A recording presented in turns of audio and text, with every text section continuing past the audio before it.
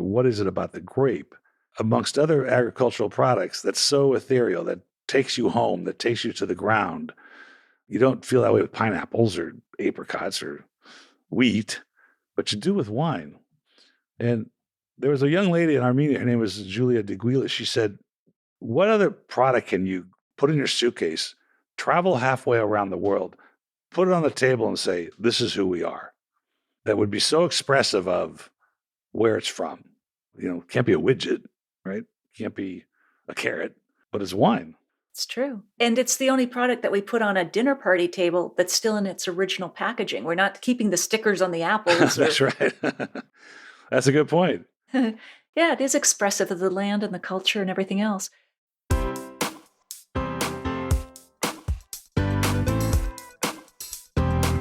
Do you have a thirst to learn about wine? Do you love stories about wonderfully obsessive people, hauntingly beautiful places, and amusingly awkward social situations?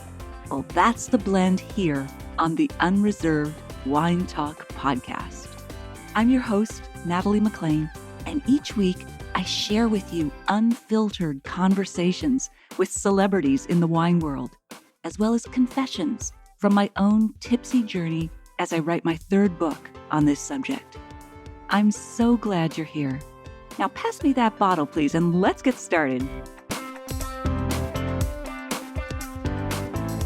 Welcome to episode 125. Have wine scores gotten out of control with higher numbers across the board? Are we oversimplifying wine when we talk and write about it? Is it possible to determine your wine taste by taking one of those online quizzes that asks you about coffee, tea, and other things you consume? And should you trust the algorithm that then recommends wine to you based on your quiz results? Our guest this week has answers for you on all of those questions, plus some great wine tips and stories. And I've got a bonus for you in addition to this podcast. I'd love for you to join me for the premiere watch party of the video for this conversation that I'll be live streaming for the very first time on Zoom, Instagram, Facebook, and YouTube tonight at 7 p.m. Eastern. I'll include a link where you can sign up for the Zoom tasting for free in the show notes.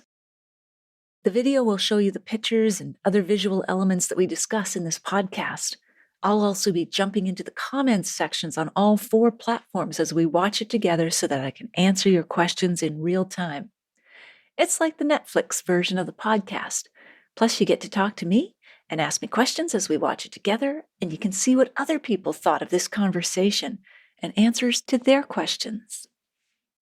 I want to let you know that you can also win a personally signed copy of Rex Pickett's novel, Sideways, that was also made into a hit movie, as well as a bottle of Sideways Pinot Noir.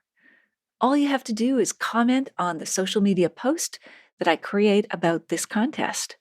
Just pick your favorite platform, Instagram, Facebook, or Twitter, and comment on my post before 7 p.m. tonight.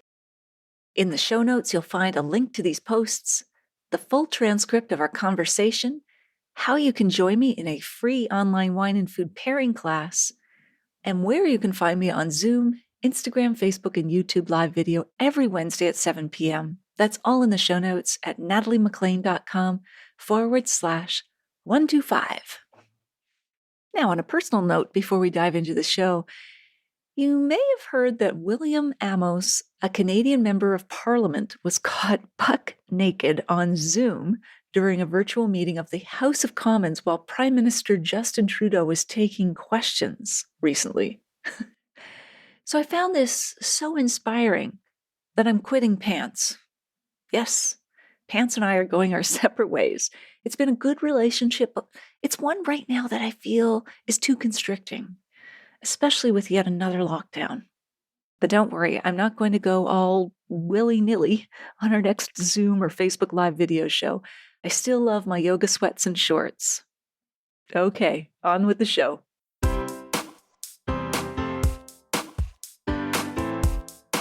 I'm going to share some photos now. I'm going to start with the Sideways book. Rex Pickett. There we go. So if you're listening or watching this, you can win a copy. This is what Paul has generously donated for those of you who want to participate. It's a personally signed book of Rex Pickett plus a bottle of Sideways Pinot Noir.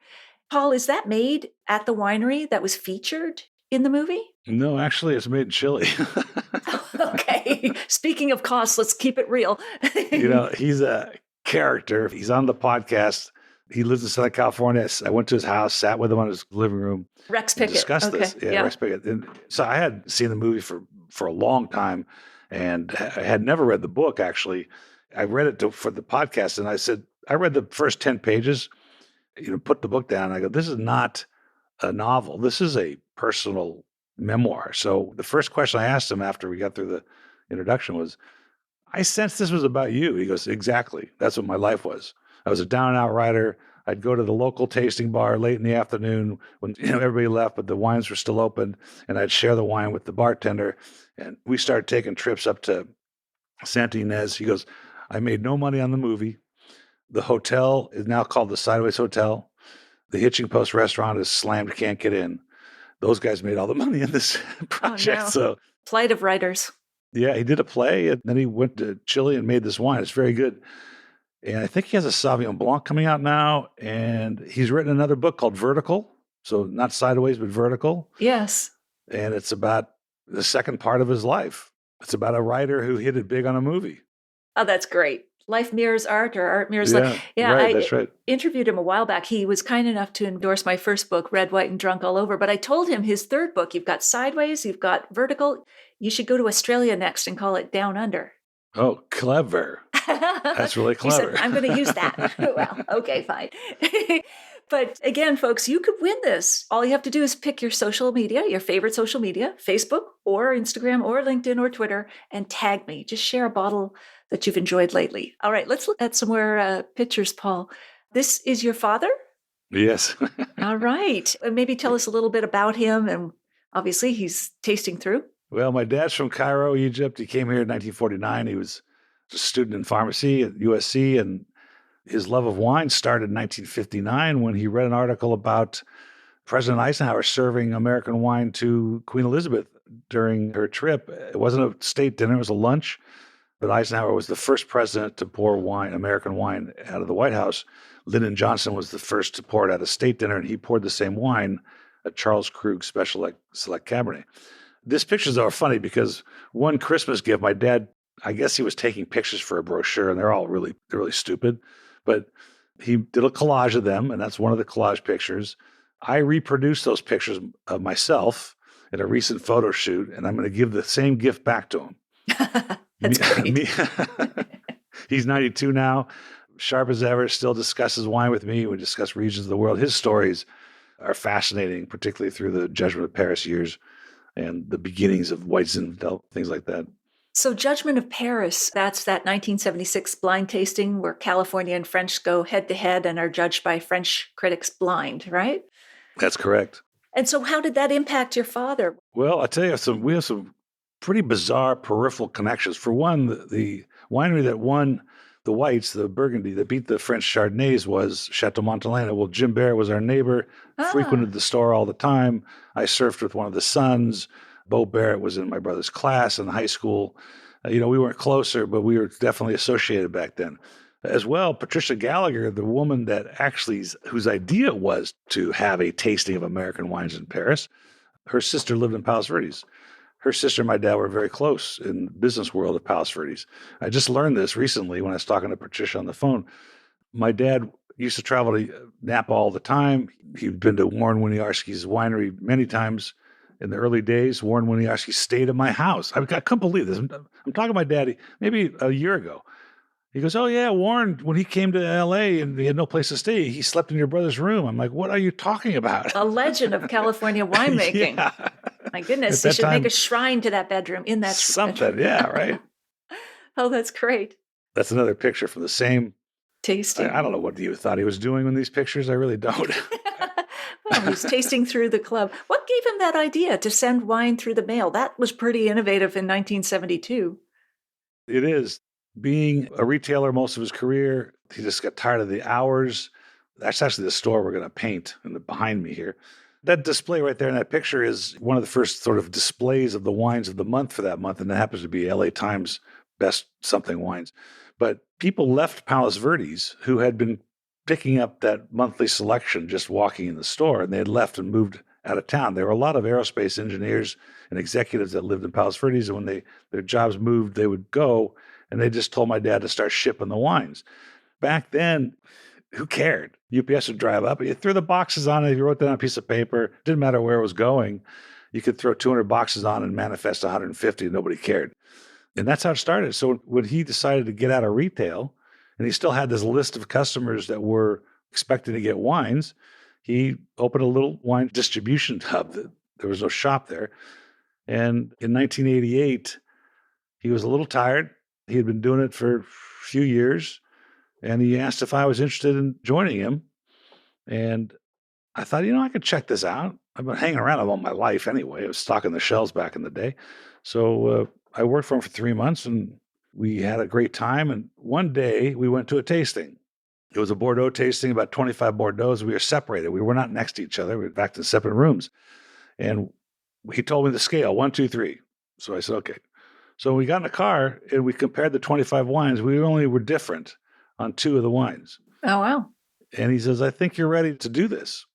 So I'll tell you, my first 2 selections ever were Bella Oak's Heights Cellars Cabernet and Dick Sanford's Pinot Noir. So, oh, nice choices. Pretty low risk.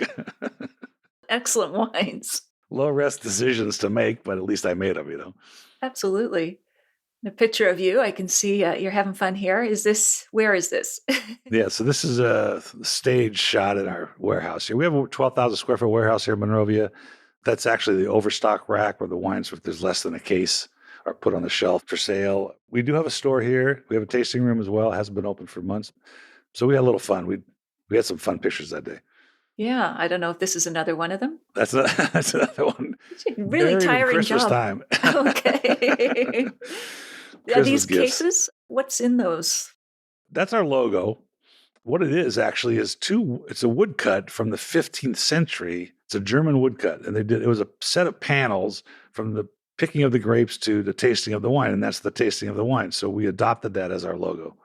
I found the book the other day, actually. Oh, yeah, the book. Oh, yeah. The book where we found that original drawing. I think it's here. There. Is it this one? Yeah, that's it. Okay. Oh, we sent you that picture. That's great. So that's one of the 3 panels from a 15th century German woodcut. Oh, how lovely. And my jacket, of course. And your jacket. Is this your special tasting jacket? My wife, every time we go shopping and I grab one of these bizarre jackets, she shakes her head at me. It's great. Looks like you should have a cigar as well or something. Yeah. So let me just go back here. What are you reading? Wines of the Rhone Province. Oh, that's Parker. Yeah. What do you think of Parker and his influence and scores? And what's your take on all that? Well, he was the original, humble score. What do you want to say? Score giver? Is that a real word? Yeah, sure. He did it without advertising. He did it for the love of the grape. I think it was 70 something he started. And so I've always respected his scores. The latest slew of scorekeeping, it can be summarized with the image. When you walk into a supermarket in America, every single wine has a shelf talker, a little tag that hangs in front of the bottle with their sale price and some kind of score. Right. And most of them are over 90 these days. Yeah, they're just big numbers. And I actually, when I score wines on my newsletter, I have an asterisk next to the score. At the bottom it says, the score, because they are in the 90s, but it's because this is a 98 amongst other $20 Cabernets. And so people go, well, you gave it a 98, but the Spectator gave it an 82. I'm like, well, but I'm not doing it like the Spectator. I'm doing it amongst its peers. So how do you make a decision as a consumer? You walk into the market and every score's got a 90 plus. And then you taste it and you go, gee, it's not very good. So I think that whole scoring thing has just gotten a little out of hand, and highlighted by the following scenario. When there was a wine that came from a broker that I thought was very good. And not everybody submits their wines to the scoring systems. It's a lot of effort. You have to do it way in advance, and people that make wine may not want to bother. So this wine was really good. And I just wanted to know if it was a score. I don't care if they have scores, but I'd like to know if they do. And she says, no, but do you want one? I go, what do you mean? And she goes, well, I'll get you a score. I'm like, is that all it takes? So she was going to call an MW or a master somm and have them write a score. Wow. If that's all it takes, then what's the value? Yeah, exactly. Wow. Buyer beware. Yeah. There you are with the podcast. That's a great Yes. set. Same How set long in the have you been doing background. the podcast? I think we have 100+ episodes. I've been doing wine videos for 15 years probably. There's some pretty rudimentary things out on the YouTube, but I've done 70 or 80 podcasts, and where we have a studio shot like this. There's probably over 100 podcasts online because I used to do 12-minute tastings. So if a winemaker came to town, we'd stand behind a bar and we'd taste their wines. And those were 12 to 15 minutes. And so those are all around. I don't know how many of those, at least 100. Wow. Let me just see. I think I've gone through most of the pictures that are here. Who's this? Yeah, that's Bo Barrett. Oh, okay. Wow. From Chateau Montelena. Yeah, we had a great chat. Oh, that's awesome. You mentioned in one of your emails to me, like, it's just a conversation. We're just having fun. Well, this is a guy who we grew up in the same neighborhood. We went to the same high school. His dad and my dad were friends. In fact, he said when I can't remember when they won the Judgment of Paris or when the father left the law practice to go full-time at the winery. I can't remember which episode it was, but he says, we had a bottle of Chachon Montrachet. I'm sure my dad bought it from your dad's store. I said, that's pretty cool. It's great. We had a great chat. Small town memories. That's awesome. So you've mentioned this elsewhere, that there are some websites that will give you this survey, like, do you like black coffee or coffee with cream in it? And therefore you'll like Cabernets that are tannic. What's your take on those kind of taste surveys to curate wines for somebody? Well, I think you probably know the answer to that. I want to hear from you. I think it's horse hockey. Yes. It's impossible for there to be an algorithm based on those 5 questions that's going to profile your wines. And I'll give you a couple of reasons why. And then another question, like, why would you want that? Why would you want somebody to send you wines that they think you're going to like in the sense of they fit your palate rather than send you wines that are good examples of what they should be to expand your palate, right? So you're sort of narrowing your palate by doing that. But it's impossible, for instance, for an algorithm to know that a wine like the Canary Islands exists. So how's it going to know to find it for you? But on the other hand, if you walked into your favorite wine shop and you said, what do you have that's interesting, that has character like this, that I've never tasted? And they go, oh, come over here. This is a Canary Island wines, or this is from the base of the volcanic mountain in Puglia, or this is, Umbria. For the other example of that same scenario, in Umbria, in Italy, they are growing ancient varietals now. They're finding the DNA of these grapes that hadn't been used for years, for hundreds of years in wine, and they're planting vineyards around them. They're making extraordinary wines. I mean, complex, interesting things. An AI algorithm would never know that they exist. It's impossible. And the interpretation between, you and I are going to taste a wine together, and we're going to could have an at-length conversation about what we taste, and that may not jive. Right. So What does that mean? What is the AI thinking? How is the AI interpreting what I think versus what you think, right? Yeah, I have to agree with that. And I find those questions unidimensional. So black coffee, there's obviously bitterness. You add cream or you soften the bitterness, but there's more to a wine than just that element of bitterness. There's how much fruitiness do you like? How much acidity do you like? It's a confluence of taste the weight, factors. The finish, the acid, the character. But I think the most poignant thing was that, and I think I forgot who, it was another winemaker that told me this. Like, why would you want that? Why would you want somebody to send you this stuff? The same stuff, yes. That it thinks you're going to like. Well, it's kind of like social media where many people are starting to tune in to just views that reinforce their own. And so you get this narrowing of opinion, but also narrowing of taste, which is not a good thing. It's a really good point. So is there something about wine that you believe that people would disagree with you about it? Wow. I'll tell you what, you listen to the podcast I did with Isabelle Legeron. She's the raw wine promoter. She's in London. She's an MW. And she didn't agree with anything I said. Oh, wow. So it was a fascinating podcast. Yeah, I'll have to listen to that one. We differed on our opinions and some simple things, but what were the main points of? Yeah, I'm trying to remember exactly what she was doing, but I just remember my sound engineer was like, she didn't agree with anything you said. I go, no, she didn't. The raw movement is really about the most basic of winemaking, like just absolutely Nothing. No intervention. It's even more or less interventionist than natural wines, isn't it? Yes, Or, yeah. yes, if natural wine exists. And to avoid your question, so the reason I met her was the author of The Hotel at Place Vendôme, which is about the liberation of Paris through the eyes of the Ritz Hotel and the occupation of Paris. Is that Tilar Mazio? Yeah. So she was a raw winemaker until COVID hit. And to the extent where she doesn't disgorge her sparkling wine. So when you buy her sparkling wine, you get all this yeast crap floating in it. That's a sludge. I never had a chance to taste it, but I was fascinated by the idea. That's how I got a hold of Isabelle Legeron, because it was her group. And Tilar is a BC winemaker, right? Yeah, she's on Vancouver Island. I'll have to see if I can get some of those wines. Anyway. Well, she had 300 cases left over. Oh, wow. Because Okay. they closed the doors. Oh, that's too bad. You mean they've shut down permanently? Mm-hmm. Oh, dear. Oh, Yeah. sorry to hear that. Yeah. Well, Tilar has written some great books, like the one on Veuve Clicquot. I interviewed her about that one, but not the Really good. Vendôme. Right. So, okay, I'll have to look up Isabelle. Bright MW. Huh. Bright. Okay. Yeah. Sounds interesting. Is there a wine that you consider a guilty pleasure? Yeah. My fascination now is to dissect Burgundy. Okay. And they're expensive. Yes. And so it's an expensive hobby. But when I tasted the wine at the French Laundry and I started to curate for this customer, it exposed me to the idiosyncrasies and nuances of great Burgundy. Both the reds and whites? Mostly reds. The Pinots. Okay. Though I've had some amazing Chablis Grand Crus that are really fabulous. Right. But there's something ethereal about the monks in Burgundy. And I've always asked the question, how do these guys figure out with no technology that the 2 hectares across the street from these other 2 hectares are completely different places for what they grow and the value of those wines? There's something that I've asked this question 1,000 times and no one knows the answer, because there is no answer. But what is it about the grape, amongst other agricultural products, that's so ethereal, that takes you home, that takes you to the ground? You don't feel that way with pineapples or apricots or wheat, but you do with wine.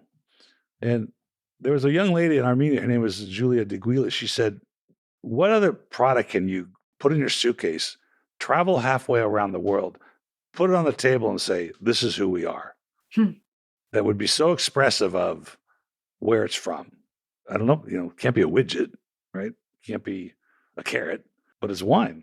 It's true. And it's the only product that we put on a dinner party table that's still in its original packaging. We're not keeping the stickers on the apples. That's right. But that's a good point you make. Yeah, it is expressive of the land and the culture and everything else. I just interviewed Fred Ryan, Wine in the White House, and that was what John F. Kennedy was after, and all the presidents, trying to display American art and culture, the best of American civilization. And wine became very much a part of that. You mentioned Eisenhower, and then I guess Lyndon Johnson. But anyway, very true. So just in the home stretch here, Paul, thank you. This is terrific. Worries. Do you have a favorite wine gadget that you'd recommend to people, like something that's essential? I mean, of course, a corkscrew, but is there anything else you've come across? So that was a very timely question. I did a TV spot years ago in San Francisco on aerators. They have value. People always ask that question. Are they more valuable than like a decanter with a nice fat bottom where there's lots of oxygen getting to the wine? I don't know. I guess you had to compare them. But I've done my own experiments with those things. I've took 3 bottles of Chardonnay. I gassed one with the nitrogen, vacuum pumped one, and one I did nothing to. And one I did both to, and I filled it with gas. And I vacuumed. That actually did the best. But last night when I couldn't sleep, like normal, I actually ordered like 2 a.m. I ordered this thing that showed up on my search called Repour. It's a cork that you put in a bottle of open wine, and it draws the oxygen out like a filter. Oh. And it says that it lasts 2 to 3 weeks. Now, you've seen this Coravin. Yes. Distributors are using all the time. The needle goes through the cork. Yeah. Yes. What are the weaknesses of the Coravin? Well, it doesn't do well once the bottle is half empty. There's too much oxygen in there? Yeah, I think it can't replace it all in it. So it doesn't do well that way. So usually when the vendor brings me a wine and we're using the Coravin, if it has an off character, and the bottle's more than half, he opens a fresh one. So they kind of defeats the whole purpose. Good to know. Yeah. But real little cans of nitrogen, the one's called Private Preserve, one's called Fresh. I use that those. Works. Yeah. That works very well. In the old days, and I have a bag here somewhere, we literally sold marbles at my dad's shop. So he would sterilize the marbles, and if he didn't finish the wine, he'd plop them into the bottle, and the wine would come back up to the regular. That is never brilliant. Heard this before. I love that. And I went and ordered marbles online to see if I could recreate that. There was one device, and you can't find it anymore. And it's really sad because it was very good. It was called the Wine Wizard, and the problem with it was packaging. It was like a blister pack on a liquor store wall. And what it was, two imposing magnets. Anything that had oak aging in it, it would change. It would smooth out. It worked with cheapest bourbon you could find. It would work with any oak-aged wine. Put it on the top, pour through it. It was phenomenal. The poor thing just suffered from bad packaging and bad marketing, and it died a slow death. I still have 2 or 3 in my house, and I still use them because they really does soften some, edgy wines. Maybe you can find it on eBay or something. Maybe. The Wine Wizard, the Bev Wizard. But I think people should decant. I think they should use some kind of aerating pourer. It will change things and advance them a little bit if they're a little young and a little rough. Yeah, I always compare it to like decanting doesn't replace cellaring. Decanting is kind of like heating something up in the microwave. It helps get to where the wine should be quicker, but there's nothing that replaces slow cooking or whatever, the cellar. But going back to that thing you said, the cork. Repour. Yes. Yeah, repour. How does that work? Like you've opened the bottle, you've got half left. You put this cork in the top and it's sucking out the air? Yeah. Really? That's what it says. Okay. And it's good for, so here I am 2 a.m. lying in bed on my phone. My wife's there trying to order a sample pack so I can test this thing. It sounded interesting. You see gadgets all the time. There was one just before this from Australia. I mean, this was the dumbest thing I'd ever seen. And what it was a plastic disc, not unlike this one, except it was clear. And you had this, and you could stick a prong and it would go into the bottle and it would float on top of the wine. So their premise was if this is floating on the wine, then there was no oxygen getting to that wine. And of course, you try to pour it out and the thing gets stuck and it clogs up it was really, I can't believe that somebody spent the money to design and then try to market this thing. Haven't seen it since. But I try them all. If I get a sample, I try them all. In my database, the database I have where I can keep all my wines, it was actually a database written for sale. It was never sold. It was a beta test. I've got 50,000 wines in there now.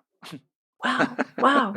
Well, I'm on the hunt for these solutions. I'm so glad you brought it up because anytime I do a tasting, say online, the number one objection is it's just the 2 of us here. It's COVID. How do I preserve you? You want us to open 4 bottles. So I've been looking for all of these tricks and these devices. The other one I heard is save a half bottle of wine, keep it clean, and then pour the contents into that half bottle and seal it again. That's one of the old school ways too. That's a good idea. Yeah, it reduces the oxygen Or exposure. buy a Cruvenet, those fancy Cruvenets. Cruvenet, what's that? That's the device that restaurants have where the wine is still chilled and you just got a spigot. Right. Okay. And there's enematic too, something like that. Yeah. Yeah, that's backfilling with argon. When you bottle of wine, they fill it with argon first. They spurge it with argon. It takes about 2 seconds, and then the ullage is now gas instead of air. All right. That gap between the cork and the wine once filled. Interesting. I didn't know they did that. The argon fill first at the bottling and then the wine. Okay, cool. That's how the spiders get out of the bottles. Oh. We've had that. It's like the worm in a mezcal. We have spiders and stuff. You never know. Oh, really? Okay. So, Paul, is there anything, this has been absolutely wonderful. Loved this conversation. Is there anything that we haven't covered that you'd like to cover now? I'm going to also ask you where we can find your club online and that sort of thing. But are there any other topics that we haven't covered? Things you'd like to mention? Well, I say this all the time, and I think it's important for listeners to hear it. Because there's a lot of bloggers and a lot of wine people. I'm going to take the intimidation out of wine. We're going to simplify wine. It's not simple. This goes back to Isabel. She did not agree with me on this.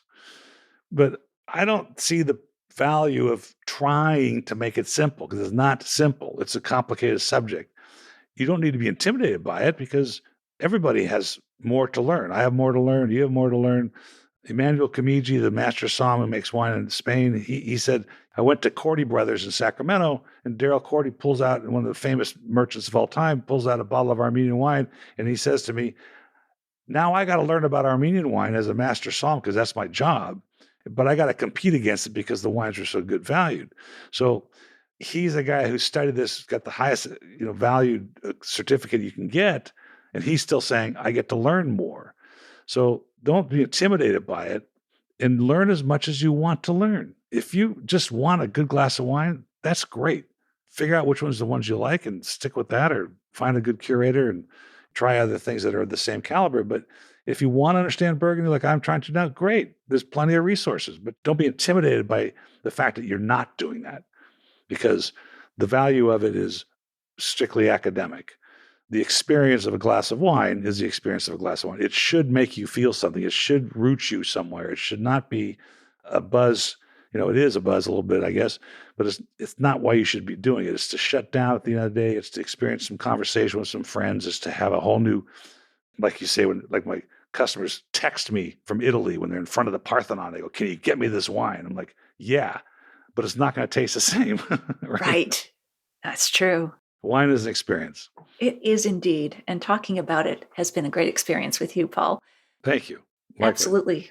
This has been great. So you said, keep learning about wine. Of course, one of the ways to do that is to listen to your podcast, Wine Talks with Paul K. I assume you're on all of the places where you can get podcasts like Apple and Spotify and all the rest. Mm-hmm. Okay, cool. Pandora, iHeartRadio, Stitcher. All of those places, great. And then your wine club, remind us again the name of it and the URL where we can find it. The URL is wineofthemonthclub.com. The original, when you land there, you'll see my picture. I hope that looks good to everybody. And the way we've been running the show lately, because we're learning that the customers want to be granular in their approach. They want to see things that are particularly maybe regionally specific or varietally specific of certain grape. So I have 3 price-sensitive clubs where you get 2 bottles for so much money. And then I have a whole bunch of special clubs like Napa, Bordeaux, Pinot, Sweet, Rosé, which is a hot product, a hot commodity right now. And every one of those goes through the same process and has the same guarantee, which is you never pay for a wine you don't like. If I fail to meet your expectations, we were going to fix it. Sounds like a good guarantee to me. Now you just have to branch into Canada. Yeah, well, we tried. We really tried. I know. We're tough. You'd think there was a wall here or something, but there's not. But we have lots of U.S. folks who listen to the podcast and who join us every Wednesday to watch the video. So they'll all be able to take advantage of what you offer. Paul, thank you so much. I appreciate this, and I wish you all the best. And I'm looking forward to kind of turning the tables and chatting with you on your podcast. Likewise, look forward to it. Thank you for the time. I guess this morning here, late morning for you, but we'll see you soon. Absolutely. Thanks so much, Paul. Cheers. Cheers.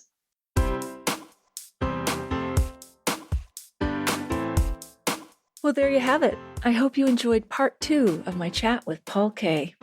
Here are my takeaways. Number 1, Paul's right that wine scores have gotten out of hand with great inflation across the board. I like the way he approaches tasting wines. It's much more grounded for wine drinkers, and especially when he factors in the price of the wine. Number 2, I agree with Paul that there's something so ethereal, so magical about the grape among all agricultural products that it does take you home, that it can say, this is who we are. And 3, to that end, I think there has been an oversimplification of wine. As Paul says, it's worth learning about. We don't need to make it intimidating, but I think we do need to acknowledge its wonderful complexity and diversity. Just a reminder, you can win a signed copy of Rex Pickett's novel Sideways, as well as a bottle of Sideways Pinot Noir if you comment on the social media post I created about the contest. Just pick your favorite platform, Insta, Facebook, or Twitter, and comment on the post before 7 p.m. tonight. I'll select the winner randomly from those who participate, and you get a bonus entry for every wine-loving friend you tag, or if you reshare the post in your stories. In the show notes, you'll find a link to these posts, a full transcript of our conversation, how you can join me in a free online wine and food pairing class, and where you can find me on Zoom, Insta, Facebook, and YouTube, live on video every Wednesday at 7 p.m., including this evening and next week. That's all in the show notes at nataliemaclean.com/125. You won't want to miss next week when I chat with Devin Parr, who was named one of Wine Enthusiast magazine's top 40 under 40 tastemakers. We discuss clean wines and whether you should try them, if social media influencers impact the wine you drink, and if you've ever worried about drinking a little too much wine, we talk about that too. She joins us from her home in Southern California. In the meantime, if you missed episode 39, go back and take a listen. I chat with Bloomberg wine columnist Aileen McCoy about wine scores and the influence of the critic Robert Parker. I'll share a short clip with you now to whet your appetite.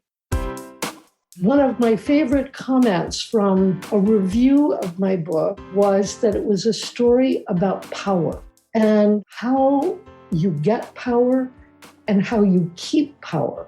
I think it's very illustrative of that. I actually was very happy at that review because I felt that at the bottom, that was what my book was about. Yeah, the bigger theme. A bigger theme. Yes, there was not the just theme wine. of power, not just wine, but also I felt that it was very American. The kind of story that people like in America. Yes. You know, somebody comes out of nowhere. Rags to riches, like an E.L. Doctorow story, like Ellis Island to fame. Yes, this is an American mythos, if you will. Mm-hmm. The idea that you can come out of nowhere and by sheer dint of hard work and smarts and all these things, you can triumph. And somehow Parker's story resonated with a lot of people.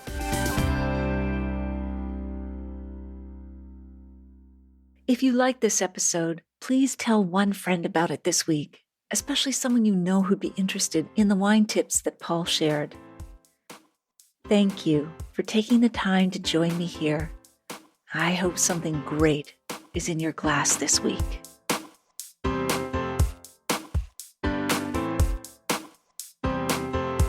You don't want to miss one juicy episode of this podcast, especially the secret, full-bodied bonus episodes that I don't announce on social media.